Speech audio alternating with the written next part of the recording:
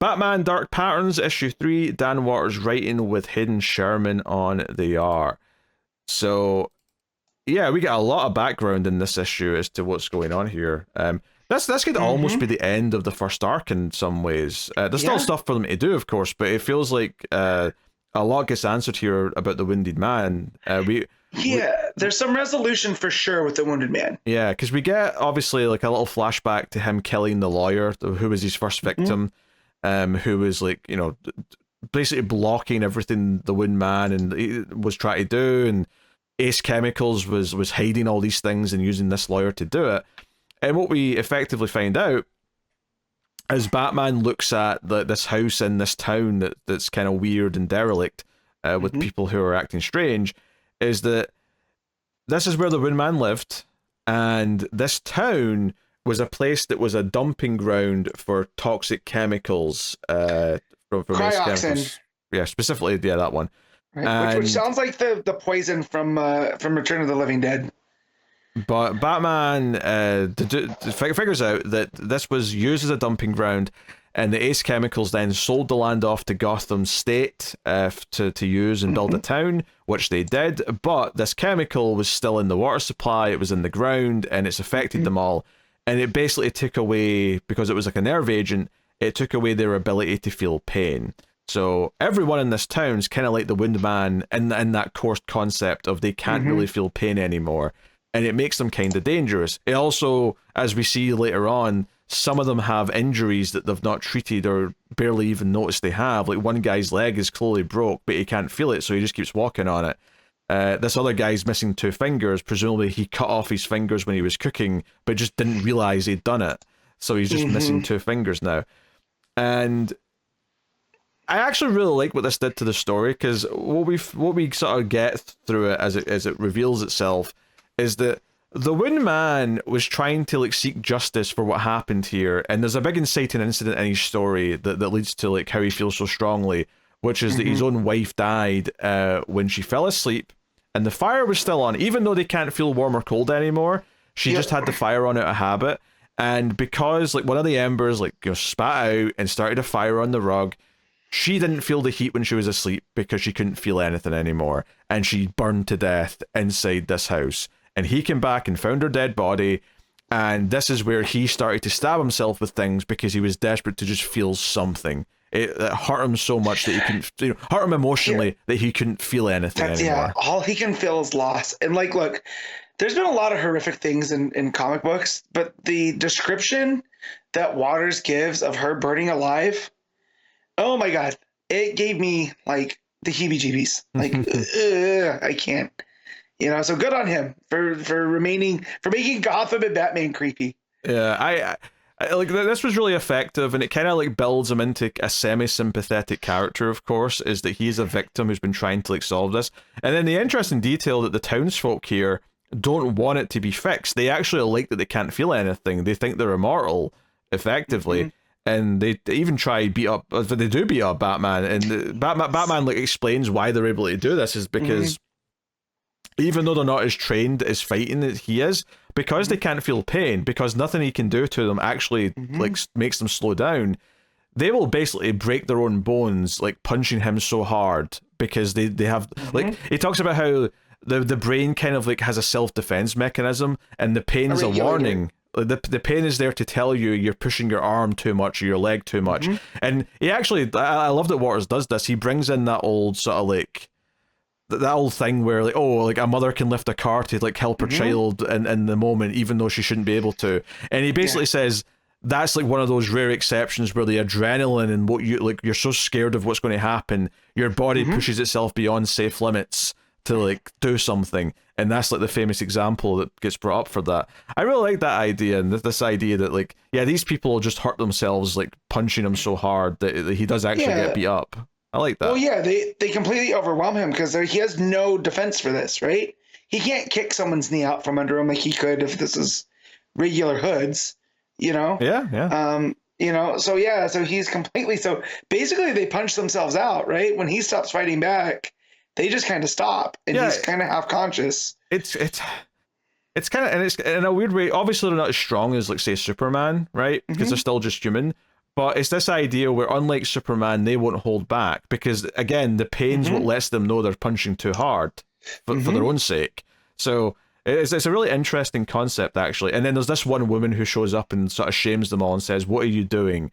Like, is this what we are now?" And they all kind of turn away in shame as she then, gives Batman like the backstory on the wife. We hear it from him later, of course, in the issue. But, and of course, the other thing that happened at the end of last issue is that the Wound Man had been captured by thugs at the morgue. It turns out by the leader of Ace Chemicals, or at the very least the conglomerate that owns Ace Chemicals, and basically says, "Hey, you've made our job really easy. We can kill you. So I just need to pull out some of these blades, and you'll just bleed to death. This is a great." And he starts pulling this like metal rod out of his chest, and it's oozing blood out. So it's, again, super creepy. The art does a great job here, of all this. But the Wound Man is able to break out of the restraints, and I love the line, "You're the root cause of the malady." I thought that was a really nice line. Because that also goes to the fact that he was a doctor, right? Yeah. And that's what you're trying to treat is the root cause. And like, that's just his entire mission now. He's in the room with the guy that is responsible, right? Yeah. Batman does the garden. Obviously the creepy morgue doctor's got a concussion and some broken bones, so he's not in great shape. But yeah, so yeah, they're going to try and pin everything on the Wounded Man, of course. And Batman's going to have to go prove otherwise. But they get the report of the shots in the part of the town. I also, actually, just a little thing here. I really liked that Batman mentions both Burnside and the Narrows. And I was just like, I love that over the years we've sort of built like a mental map of some of these different parts of Gotham. You got Burnside, you got the Narrows, you got the Hills. That was obviously mentioned in Batgirls quite a bit. It mentions Midtown as well, which is the main kind of Times Square-y kind of area of Gotham. I kind of dig that we've got like all these like districts. What was happening in Burnside though? A young couple having reported a man looking for the window in their sixth. Oh yeah, 10-eyed man. That's right. Yeah, God, I love that. I love that running. Yeah. Waters brings there. So it's good stuff. So yeah, I mean, obviously, but because Batman found this guy's place, he knows his name. It's Hartnell is the Wounded Man's name. I'm still going to call him the Wounded Man because it's easy to remember. Yeah, the Wound Man. Yeah. But he's like, yeah, I've almost cured it, and this is when the boss like comes out and like the Wounded Man's killed the henchman, but this guy was slimy enough to like hide and get away from him, and Batman like doesn't just offer to help him, doesn't offer to just like bury this under the rug. Of course, he's like, hey, you killed this man's wife. You ruined this whole town. You did this to people.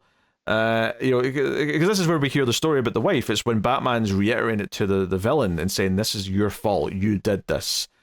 Her life is on your. Yeah, I think my favorite part of this whole sequence is that page where it's the Wounded Man's found the house burned down, and he starts like picking up the rod, which is the same rod that we saw pulled out of him earlier, and nails, and we just see all these like. It's like it starts off yellow and it gradually gets more orange, the backgrounds of these panels as he's like stabbing himself with more and more items. And then of course in the foreground of the page is like what the Wounded Man actually looks like now. So yeah, rough stuff, man. Again, sends chills. Yeah, just the visuals here. It was the perfect combination between that narration, what little there is of it, and this visual. Where obviously it's in silhouette, so you're not like seeing too much gore. No. It's all implied, but it's just really, really nasty. But when Batman shows up to the Wound Man and he's bleeding out, right? Everything is like these cool colors. It's purples, it's red, like lighter reds. And then as we ramp up to that, right? There's that page of Batman that's like the triplicate. And as we get closer to that origin, it the color heats up. It starts to go to yellows, oranges, darker reds. Like, so just over the course of those pages, that story's being told. Yeah, it's consistent between the two pages where all the panels with him like stabbing himself also has that color scheme where it goes from yellow to orange at the bottom of the page.